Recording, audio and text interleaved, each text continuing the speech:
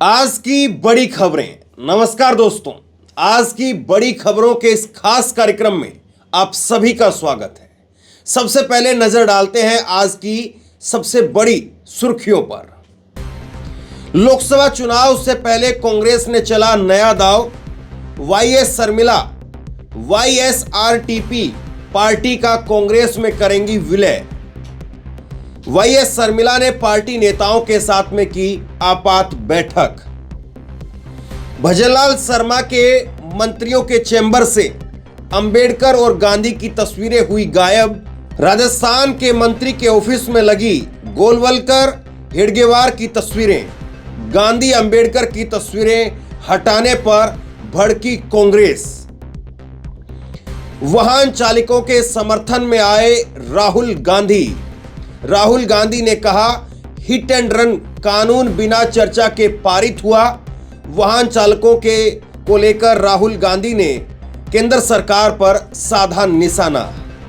जयराम रमेश की चुनाव आयोग को लिखी चिट्ठी आई सामने। चुनाव आयोग के सामने उठाया ईवीएम और वीवीपैट का मुद्दा। इंडिया ब्लॉक के नेताओं की एक टीम ने चुनाव आयोग से मिलने के लिए समय मांगा। अब बात करते हैं विस्तार से। सबसे पहले सबसे बड़ी खबर आज सामने आई दक्षिण भारत से। कर्नाटका में, तेलंगाना में सरकार बनाने के बाद कांग्रेस पार्टी आंध्र प्रदेश में भी राजनीतिक गतिविधियां करती हुई नजर आ रही हैं। कुछ समय पहले खबरें आ रही थी चंद्रबाबू नायडू के साथ में नजदीकियों की, और अब वाईएस शर्मिला अपनी पार्टी का विलय कांग्रेस पार्टी में कर सकती हैं। कांग्रेस का आंध्र प्रदेश में यह दांव लोकसभा चुनाव में क्या कुछ उसको फायदा देगा, कांग्रेस की क्या कुछ रणनीति है, जानिए हमारे इस खास रिपोर्ट में।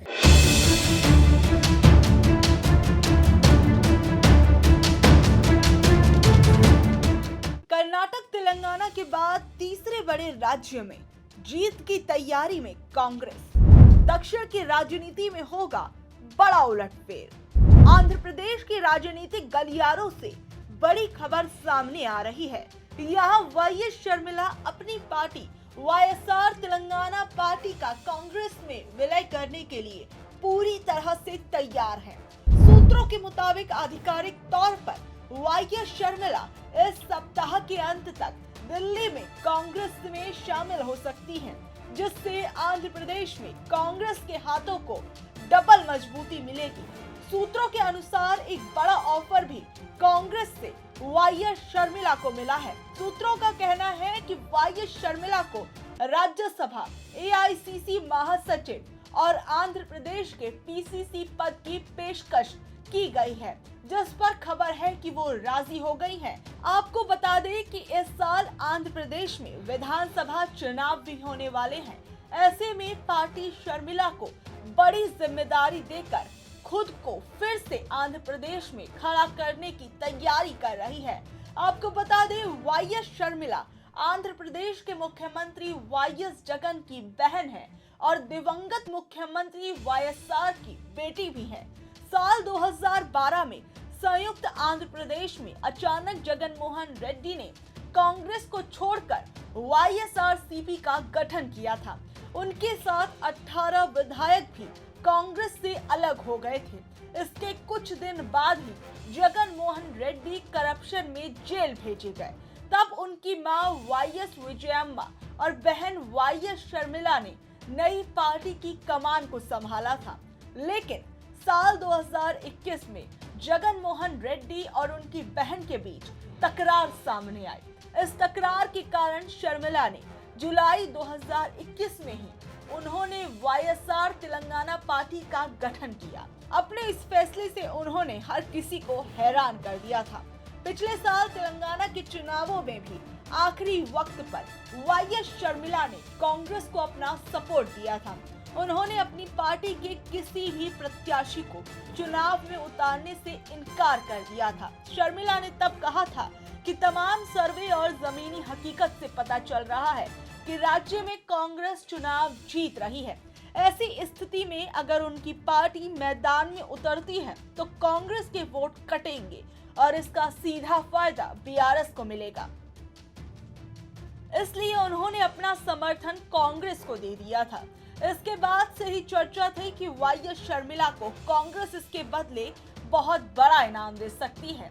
अब उन्होंने लोकसभा चुनाव से पहले अपनी पार्टी का विलय कांग्रेस में करने की घोषणा करके विरोधियों को परेशानी में डाल दिया है। दक्षिण में आंध्र प्रदेश के चुनाव और लोकसभा चुनावों के लिए ये कांग्रेस को बड़ा फायदा पहुंचा सकते हैं।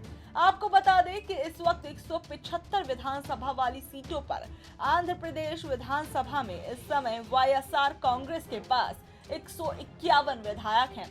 वहीं कुछ वक्त पहले खबर ये भी थी कि तेलंगाना में बीआरएस की हुई हार के डर से वाईएसआर कांग्रेस पार्टी के सुप्रीमो और आंध्र प्रदेश के मुख्यमंत्री वाईएस जगन मोहन रेड्डी घबराए हुए भी है। 2024 में हार के डर से जगन मोहन रेड्डी आने वाले समय में कम से कम 40 विधानसभा सीटों पर मौजूदा विधायकों का टिकट काट सकते हैं, क्योंकि वहां सत्ता विरोधी लहर बताई जा रही है। माना जा रहा है कांग्रेस पार्टी में शामिल होकर शर्मिला आने वाले वक्त में आंध्र प्रदेश में जगन के सामने एक मजबूत चेहरा बन सकती हैं, जिसका सीधा फायदा कांग्रेस पार्टी को मिल सकता है। अब आने वाले वक्त में देखा जाएगा कि कांग्रेस के इस नए राजनीतिक दांव से उसे आंध्र प्रदेश के विधानसभा के चुनावों में कितना फायदा मिलता है। राजस्थान में सरकार विवादों में घिर गई है।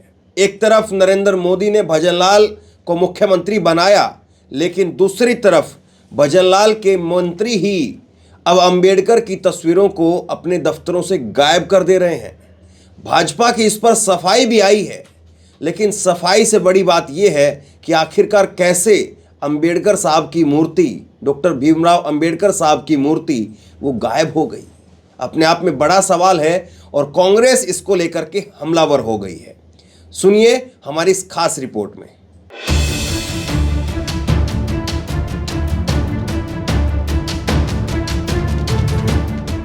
राजस्थान की सत्ता में आने के बाद भजनलाल सरकार ने बड़े फेरबदल किए, जिसके चलते उसने पहले राजस्थान की तत्कालीन गहलोत सरकार की कई योजनाओं को रद्द कर दिया। वहीं भजनलाल सरकार ने तो योजनाएं बदली और बंद की, लेकिन उनके मंत्रियों ने तो हद कर डाली। राजस्थान सरकार के नए नवेले मंत्री बने अविनाश गहलोत ने अपने ऑफिस में महात्मा गांधी और डॉक्टर भीमराव अंबेडकर की तस्वीरें ही गायब कर दी। उनकी जगह आरएसएस के संस्थापक डॉक्टर केशव बलिराम हेडगेवार और सदाशिव गोलवलकर की तस्वीरें लगा दी गई। इसका वीडियो सोशल मीडिया पर जमकर वायरल हो रहा है, जिसके बाद कांग्रेस ने भजनलाल सरकार के मंत्रियों पर निशाना साधा। मंत्री जी के दफ्तर पर यह अजीब नजारा तब देखने को मिला जब कैबिनेट मंत्री बनाए गए अविनाश गहलोत पदभार ग्रहण कर रहे थे। यहाँ तक कि कैबिनेट मंत्री के दफ्तर में राष्ट्रपति प्रधानमंत्री के साथ पूर्व प्रधानमंत्री अटल बिहारी वाजपेयी जी की और मुख्यमंत्री भजनलाल शर्मा जी की तस्वीरें लगी थी। लेकिन ये सोचने वाली बात है कि अपनी राजनीति के चलते कई बार ये सरकार कभी अलग अलग स्थानों का नामकरण करती है, तो कभी पूर्व की सरकारों की योजनाएं बदलती है या उन्हें बंद कर देती है। लेकिन मंत्री जी के ऑफिस के अंदर का नजारा बेहद शर्मसार करने वाला है। बीजेपी सरकार के मंत्री अपनी राजनीति के आवेश में इतना तक भूल गए कि महात्मा गांधी ने देश को आजादी दिलवाने में बड़ी भूमिका निभाई थी। इस देश को चलाने के लिए बाबा साहब अंबेडकर ने संविधान बनाया, जिसकी शपथ लेकर ही बीजेपी नेताओं ने मंत्री पद संभाला। राष्ट्रवाद और देशभक्ति की बात करने वाले बीजेपी नेता कैसे राष्ट्रपिता की तस्वीरों को अपने ऑफिस से हटा सकते हैं? देश को चलाने का कानून बनाने वाले अंबेडकर जी को भुलाने की कोशिश कर सकते हैं? क्या बीजेपी पर आरएसएस की विचारधारा इतनी हावी हो गई कि वो इस देश को बनाने वालों को भूल जाएं, देश की मिट्टी में मिले उनके संघर्षों और योगदानों को भूल जाएं?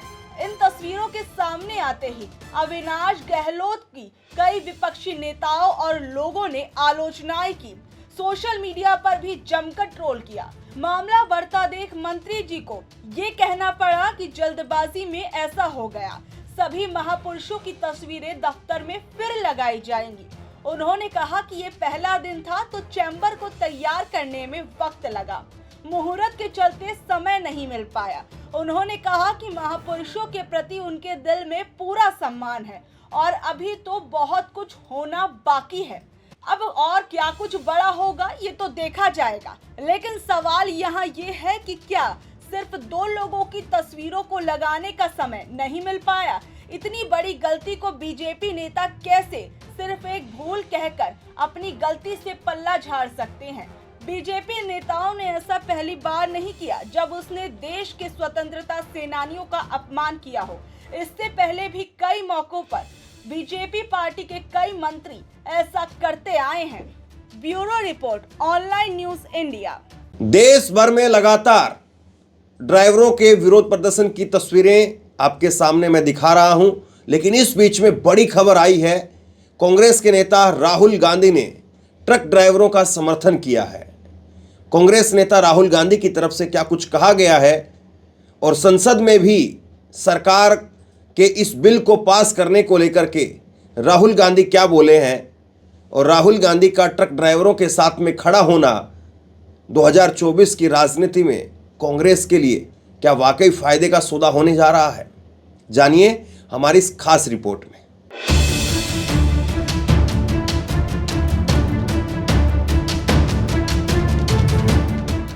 ट्रक ड्राइवर्स के समर्थन में कूदे राहुल गांधी।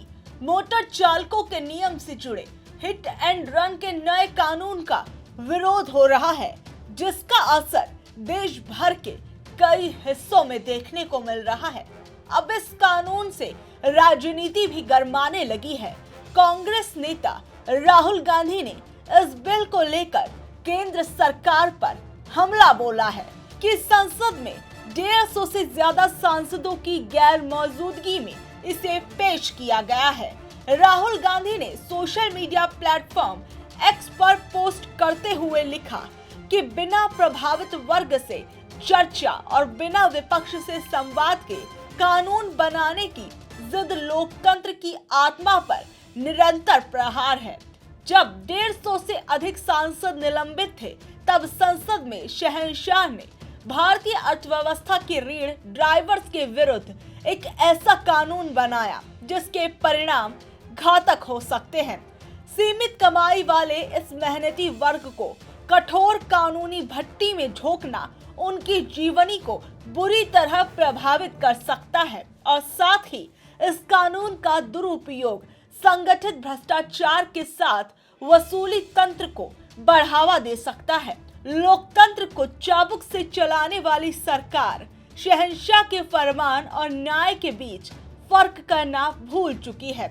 राहुल गांधी लगातार केंद्र सरकार के कई फैसलों पर कड़ा प्रहार कर रहे हैं, चाहे वो संसद से सांसदों का निलंबन हो, चाहे WFI से जुड़ा विवाद हो। देश भर में नए हिट एंड रन कानून को लेकर ट्रक ड्राइवर और वाहन चालक आग बबूला हो गए हैं। कई जगहों पर ड्राइवर्स ने चक्का जाम कर दिया है। केंद्र के इस नए कानून के तहत हिट एंड रन के मामले में गलत ड्राइविंग या लापरवाही के चलते किसी व्यक्ति की मौत हो जाती है और ड्राइवर बिना पुलिस को सूचना दिए मौके से फरार हो जाता है तो उसे 10 साल तक की सजा हो सकती है। इसके अलावा 7 लाख रुपए तक का जुर्माना भी लग सकता है। इस सजा में रियायत तब मिल सकती है अगर ड्राइवर इसकी सूचना मजिस्ट्रेट या पुलिस को दे देता है। देश इस वक्त बड़ी ट्रांसपोर्ट समस्या से जूझ रहा है। उत्तर प्रदेश, बिहार, मध्य प्रदेश, राजस्थान, गुजरात और पंजाब जैसे राज्यों में ट्रक ड्राइवर, बस ड्राइवर और ट्रांसपोर्ट ऑपरेटर सड़कों पर आ गए हैं। उनका कहना है कि नया हिट एंड रन कानून सही नहीं है। ट्रक ड्राइवरों का कहना है कि ये कानून उनके साथ ज्यादती है, लेकिन न केवल ट्रक ड्राइवर बल्कि बस, टैक्सी और ऑटो ड्राइवर भी नए कानून का विरोध करने के लिए सड़कों पर आ गए हैं, क्योंकि नए कानून निजी वाहन चालकों पर भी समान रूप से लागू होते हैं। विरोध करने वालों का मानना है कि ये प्रावधान कुछ ज्यादा ही कड़े हैं और इन्हें नरम करने की जरूरत है। वाहन चालकों का कहना है कि अगर वो मौके से भाग जाते हैं, वहीं अगर वो दुर्घटना के बाद रुकते हैं तो उनकी जान को खतरा है, क्योंकि ऐसे में मौके पर मौजूद लोग या भीड़ हिंसक हो सकती है। ऐसे में वाहन चालक को खुद अपनी जान का खतरा है। आपको बता देते हैं कि ट्रांसपोर्ट ड्राइवर ने अपने कौन कौन से तर्क दिए हैं। उन्होंने कहा कि कोई जानबूझकर हादसे नहीं करता है, कोहरे की वजह से हादसा हो जाता है तब भी कड़ी सजा। हादसे के बाद डर की वजह से भाग जाते हैं, स्थानीय लोगों के डर की वजह से भागते हैं, लंबी प्रक्रिया की वजह से कानूनी रास्ते से घबराते हैं। अब आपको बता देते हैं कि इस पूरी हड़ताल से पूरे देश भर में क्या क्या असर पड़ सकता है। हड़ताल से जरूरी चीजों के दाम बढ़ सकते हैं, पेट्रोल पंपों पर ताले डालने की नौबत आ सकती है, देश की सप्लाई चेन प्रभावित हो सकती है, दूध और सब्जियों की किल्लत हो सकती है। वहीं हड़ताल करने वाले ट्रांसपोर्ट व्हीकल्स की संख्या लगातार बढ़ती जा रही है, जिससे आने वाले वक्त में हड़ताल करने वाले वाहन चालकों की समस्या बढ़ सकती है। अब ये आने वाले वक्त में देखा जाएगा कि सरकार इन ट्रक ड्राइवर्स और वाहन चालकों को रोकने के लिए कौन सा नया तरीका अपनाती है, कौन सा ऐसा रास्ता निकालती है जिससे इन ट्रक ड्राइवर्स और वाहन चालकों की समस्या का समाधान हो सकता है। कांग्रेस नेता जयराम रमेश ने ईवीएम को लेकर के चुनाव आयोग को चिट्ठी लिखी है। चुनाव आयोग को लिखी चिट्ठी में कांग्रेस नेता जयराम रमेश ने बड़े सवाल खड़े किए हैं। ईवीएम और वीवीपैट के मुद्दे पर चुनाव आयोग से इंडिया गठबंधन की कई पार्टियां और उनके प्रतिनिधि मिलना चाहते हैं, लेकिन आरोप यह लगाया जा रहा है कि चुनाव आयोग समय ही नहीं दे रहा है। आखिरकार ये पूरा माजरा क्या है, जानिए हमारी इस खास रिपोर्ट में।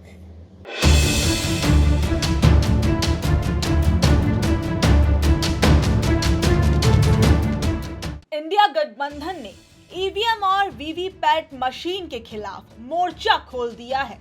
ईवीएम और वीवीपैट के इस्तेमाल पर विपक्ष लामबंद नजर आ रहा है, जिसे लेकर इंडिया गठबंधन लगातार चुनाव आयोग को पत्र भी लिख रहा है। ईवीएम और वीवीपैट पर विपक्ष कई सवाल और संदेह व्यक्त कर रहा है, चुनाव आयोग से मिलने का समय मांग रहा है। विपक्ष पिछले कई वक्त से चुनाव आयोग से सवाल कर रहा है, जिसके कुछ जवाब ईसीआई की ओर से विपक्षी गठबंधन को मिले और कुछ का इंतजार अभी भी किया जा रहा है। अगस्त 2023 के महीने से लेकर 30 दिसंबर तक विपक्षी दल चुनाव आयोग को कई बार चिट्ठी लिख चुके थे। अब जयराम रमेश की चिट्ठी सामने आई है, जिसकी खूब चर्चा हो रही है। वहीं इंडियन एक्सप्रेस की रिपोर्ट के मुताबिक इलेक्शन कमीशन ने 76 प्रश्न में से 39 प्रश्नों के उत्तर पहले दे दिए थे और अब कुछ नए सवालों के जवाब भी इलेक्शन कमीशन ने दिए हैं, जिनमें कुछ सवाल जवाब इस प्रकार शामिल हैं। प्रश्न नंबर 1, क्या ईवीएम की कंपनी विदेशी माइक्रोचिप निर्माताओं के साथ अपना सॉफ्टवेयर साझा करती है? इसके जवाब में चुनाव आयोग ने लिखा, माइक्रो कंट्रोलर में फर्मवेयर प्रोग्राम लोड करने में कोई भी बाहरी एजेंसी, चाहे वो स्वदेशी हो या विदेशी, शामिल नहीं है। प्रश्न नंबर 2, वीवीपैट में प्रोग्रामेबल मेमोरी है?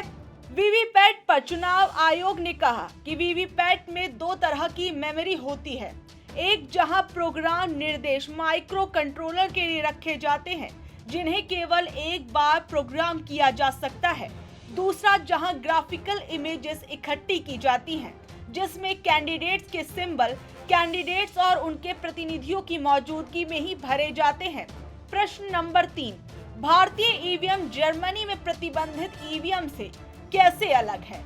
इसके जवाब में चुनाव आयोग की तरफ से बोला गया कि ईवीएम का निर्माण केंद्र सरकार के PSUs यानी पब्लिक सेक्टर अंडरटेकिंग की सुरक्षित सुविधाओं में किया जाता है और 3 बार के कठिन परीक्षण से इसे गुजरना पड़ता है। जर्मनी की मशीन के बारे में कहा गया कि जर्मन कॉन्स्टिट्यूशनल कोर्ट ने जर्मन चुनावों में उपयोग की जाने वाली ईवीएम के संदर्भ में और जर्मन कानून के संबंध में अपनी टिप्पणी की थी। प्रश्न नंबर 4, क्या सेलफोन या ब्लूटूथ उपकरणों का उपयोग करके ईवीएम में हेरफेर की जा सकती है? इसके जवाब में ईवीएम चुनाव आयोग की तरफ से इसके जवाब में कहा गया कि ये दावा निराधार और अवैज्ञानिक है। विपक्षी सांसदों को चुनाव आयोग से समय न मिलने पर अलका लांबा ने कहा कि मुख्य चुनाव आयुक्त राजीव कुमार जी, आप कहां इतने व्यस्त चल रहे हैं कि आपके पास विपक्षी दल इंडिया के नेताओं से मिलने का समय ही नहीं है। लोकतंत्र की यूं हत्या होते देख हम चुप नहीं बैठेंगे और चुनाव आयोग का घेराव अब एकमात्र रास्ता बचा है। सुनना तो आपको पड़ेगा ही। आपको बता दें कि हाल ही में हुए 5 राज्यों के विधानसभा चुनावों में बीजेपी को बम्पर जीत मिली थी। बीजेपी को जहां मध्य प्रदेश, छत्तीसगढ़ और राजस्थान में जीत मिली, वहीं कांग्रेस के हाथ में तेलंगाना राज्य आया। चुनावी नतीजों के बाद से ही कांग्रेस की तरफ से ईवीएम पर सवाल उठाए जाने लगे। इसकी शुरुआत कांग्रेस पार्टी के वरिष्ठ नेता दिग्विजय सिंह ने करी।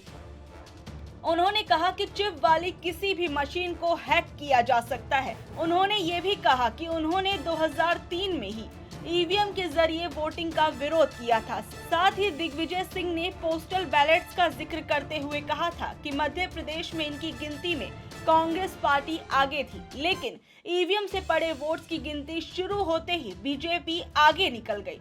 उन्होंने सवाल पूछा कि जब जनता वही है तो वोटिंग पैटर्न इतना कैसे बदल सकता है। आगे पूछा कि क्या चुनाव आयोग और सुप्रीम कोर्ट भारतीय लोकतंत्र की रक्षा करेंगे। इसके बाद पार्टी के एक और वरिष्ठ नेता सैम पित्रोदा ने भी ईवीएम पर सवाल उठाया था। उन्होंने कहा था कि अगर लोकसभा चुनाव से पहले ईवीएम मशीनों को ठीक नहीं किया जाता तो बीजेपी 400 सीटें भी जीत सकती है। आगे कहा गया कि इस बार का चुनाव भारत के भाग्य का फैसला करने वाला होगा और अब जयराम रमेश की जब से चिट्ठी सामने आई है, इसकी भी खूब चर्चा हो रही है। ये थी आज की खास खबरें।